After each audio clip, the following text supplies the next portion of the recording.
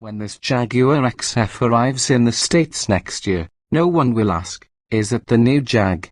But the 2016 XF is entirely new, it just doesn't look as new as it is.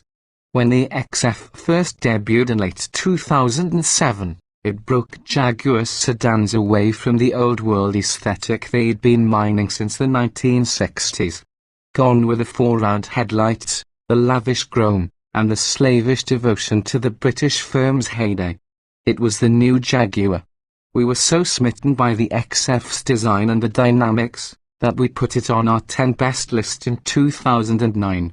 As the first modern Jaguar you could drive without looking like you'd borrowed your great-uncle's car, its rejection of retro design made it possible for the rest of the Jaguar lineup to shake some of the design vestiges of the 1950s and 60s.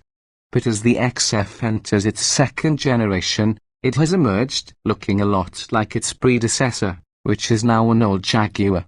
Even if it doesn't advance Jaguar design like its predecessor, the 2016 XF is still a damn good sequel. Its shape retains the aggression you expect of a brand named after a predatory cat. The XF isn't likely to become the avatar of the grey-haired, but rather the grey-templed. Despite looking like the old XF, no sheet metal is shared. A few screws are all that we kept, says Mike Bradley, senior launch manager. Put old and new next to each other and the new car's nose appears more blunt, the side glass more upright, and the tail longer. The added length is simply a visual trick, though, as the XF is about the same size as before. The new platform offers 2 inches of extra wheelbase, but the car is a fraction of an inch shorter overall and lower. In the wind tunnel, the new car's body is more slippery, boasting a claimed 0.26 CD to the old car's 0.29. Aluminium everywhere. Look underneath the bodywork, and it's likely you'll be eyeing a piece of aluminium. The XF's aging Ford architecture that dated back to the Lincoln LS and the Baroque Jaguar S-Type is dead and buried. Aside from the doors, the trunk lid, and the rear floor pan, the XF's architecture is made up of bonded and riveted aluminium castings, extrusions, and stampings. The new platform is shared with the small X, but according to Jaguar, only 20% of the XF is shared with X. What we find curious is that the doors and trunk lid are steel. Saving weight by making door skins and trunk lids out of aluminium is a relatively easy and obvious way to shave pounds. So why are the doors and trunk lids steel? It's done to improve weight distribution, says Bradley. There is a bit more steel hidden away in the XF. For example, behind the stamped pillar is a high-strength steel insert that bolsters rigidity and improves side impact crashworthiness.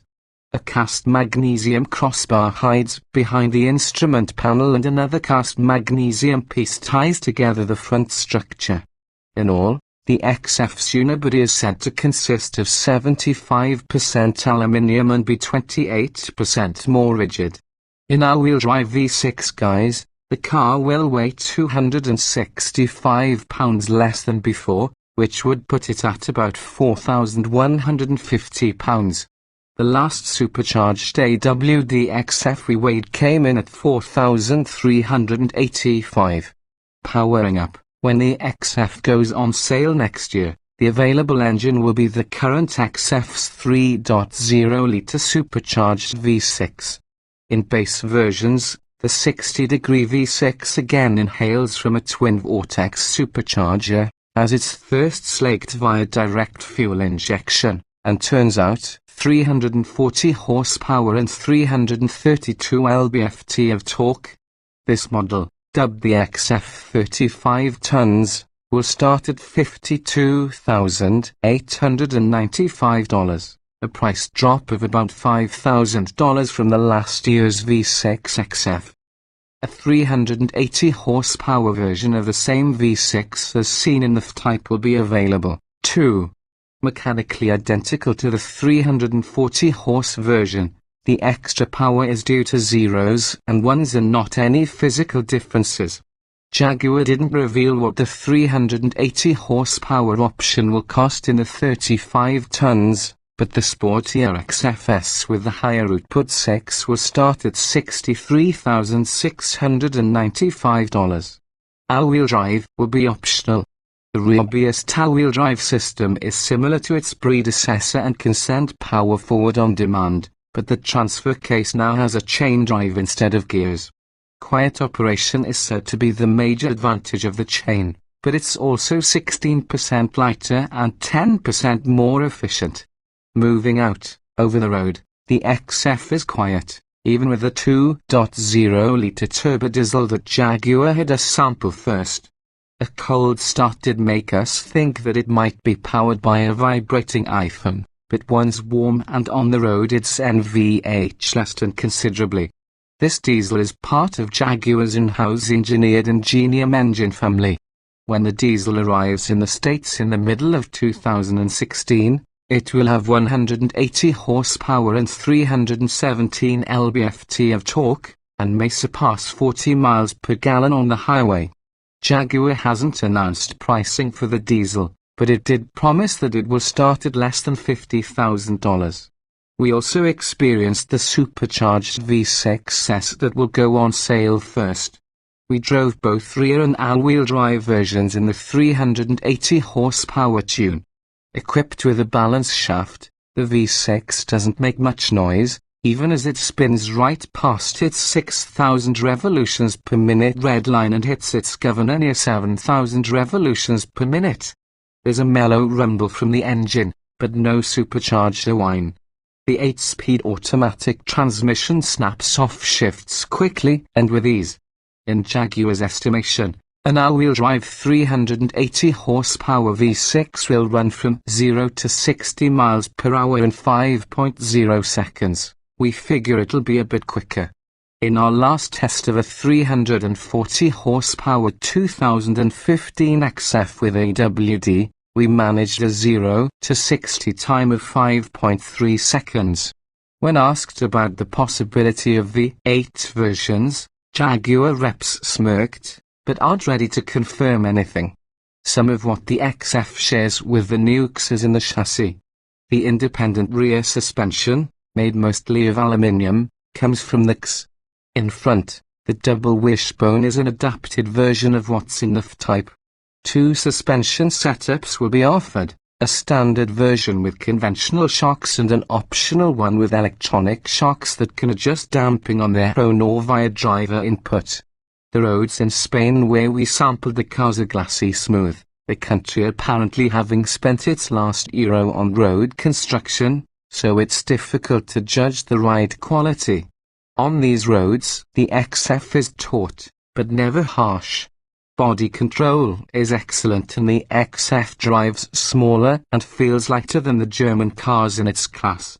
The electric power steering comes across as light, but it imparts a sense of liveliness.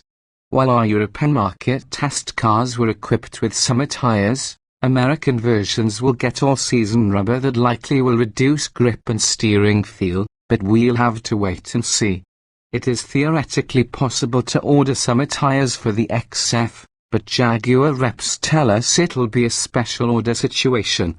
Inside the shell, like the exterior, the interior of the XF is a modernization of the themes established by its predecessor. The air vents still open like miniature garage doors. The gear selector is still a small dial that rises when you push the start button.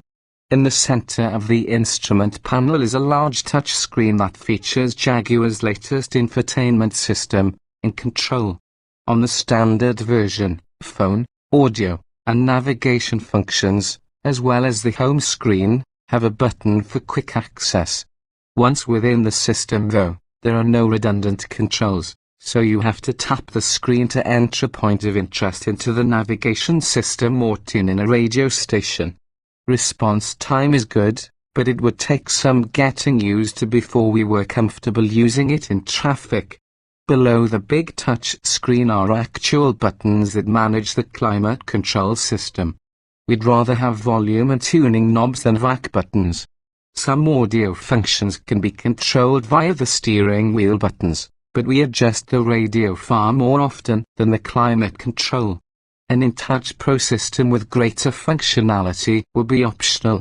The Pro version features a larger screen that doesn't have buttons, but the main screen can be personalized so that the functions you use most are immediately accessible.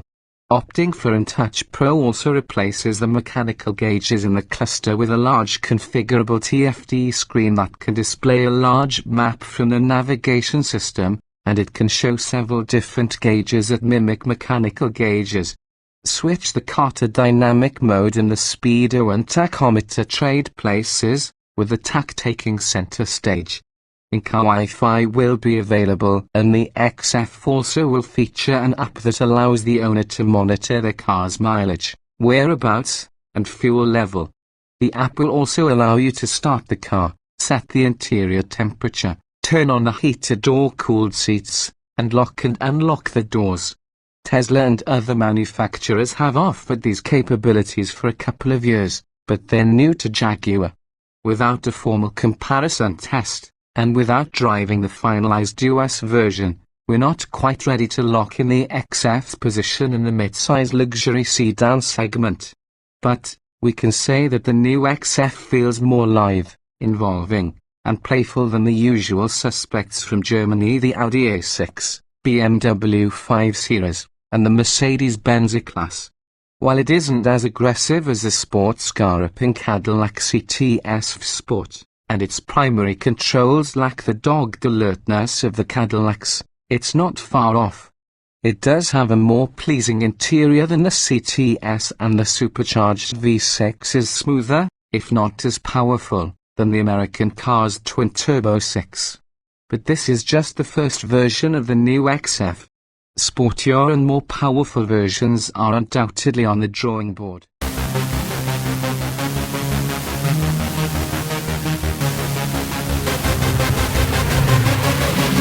Yeah.